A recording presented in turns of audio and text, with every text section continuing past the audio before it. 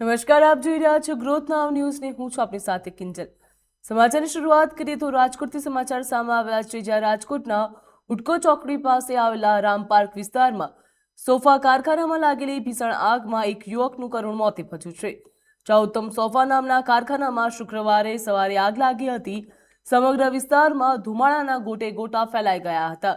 આ ઘટનામાં 31 વર્ષીય ચેતન નામના વ્યક્તિનું મોત નીપજ્યું છે, જે બાથરૂમ પાસેની પાછળની ગેલેરીમાં ફસાઈ ગયો હતો, જેમને બેભાન હાલતમાં બહાર કાઢીને તાત્કાલિક સિવિલ હોસ્પિટલ ખાતે ખસેડવામાં આવ્યા હતા। તબીબોએ તેમને મૃત જાહેર કર્યા હતા, જ્યાં પ્રાથમિક તપાસ મુજબ સોફા બનાવવામાં વાપરવામાં આવતી ફોર્મ સહિતની જ્વલનશીલ સામગ્રીના કારણે આગે વિકરાળ સ્વરૂપ ધારણ કર્યું હતું। ફાયર બ્રિગેડની ટીમે ઓક્સિજનના માસ્ક સાથે રેસ્ક્યુ ઓપરેશન હાથ ધર્યું હતું। જાજેટામ પોલીસે સમગ્ર મામલે બીએનએસ 194 કલમ હેઠળ અકસ્માત મોતનો ગુનો દાખલ કર્યો છે અને બીજી તરફ મૃતકના પરિવારજનો દ્વારા વીજ વિક્ષેપ અંગે અગાઉ પણ રજૂઆતો કરવામાં આવી છે તેવા આક્ષેપો કરવામાં આવ્યા। આજે સવારે 10:14 રાજકોટ ફાયર ઇમરજન્સી સર્વિસના કંટ્રોલ રૂમમાં ફાયરનો કોલ આવેલ। હુડકો ચોકડી રામનગર શેરી નંબર 3માં આવેલ ઉત્તમ સોફામાં કારખાનામાં આગ લાગવાનો કોલ મળેલ હતો। તાત્કાલિક ફાયરનો કોલ મળતા તાત્કાલિક કોઠારિયા ફાયર સ્ટેશન અને કનક રોડ ફાયર સ્ટેશનથી ફાયર ટેન્ડર અને રેસ્ક્યુ ટીમ સાથે ઘટના સ્થળ ઉપર પહોંચી ગયેલ। આગ ઉપર પાણીનો મારો ચલાવી સંપૂર્ણ આગ બુઝાવી નાખેલ। તેમજ એક વ્યક્તિ જે કારખાનાના પાછળના સાઈડમાં નવેરામાં જે ટોયલેટ સંડાસ હતું તેમાં ફસાઈ ગયેલ હતા।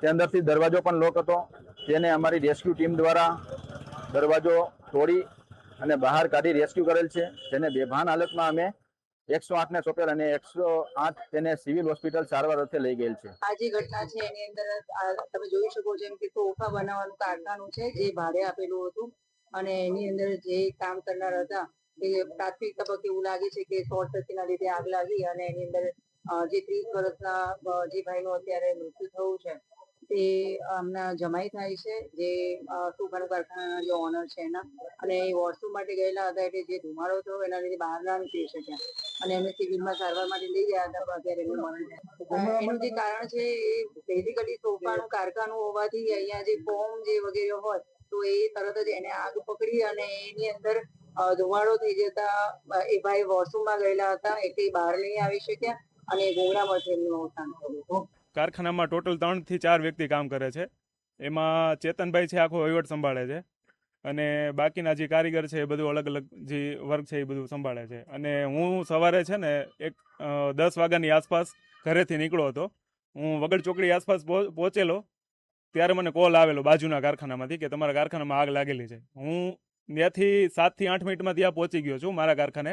ફાયર બ્રિગેડને એની પહેલાં ફોન કરેલો હતો પણ ફાયર બ્રિગેડવાળા પહોંચી નથી શક્યા। હું પહોંચ્યો એના પછી 15 થી 20 મિનિટ પછી પહોંચ્યા। અમે પહોંચ્યા ત્યાં અમે અડધે સુધી અમે વહી ગયેલા હતા, પણ એ જો આગળ ગયા હતા ને એ ગયા જ નહીં અને આવેલા અને સ્ટાર્ટિંગમાં 2 મિનિટ જેટલું પાણીનો છંટકાવ કર્યો ત્યાં પાણી એમના ગાડીમાંથી પૂરું થઈ ગયેલું। પછી બીજી ગાડી આવતા 7 થી 8 મિનિટ 10 મિનિટ જેવો એપ્રોક્સ ટાઈમ લાગેલો।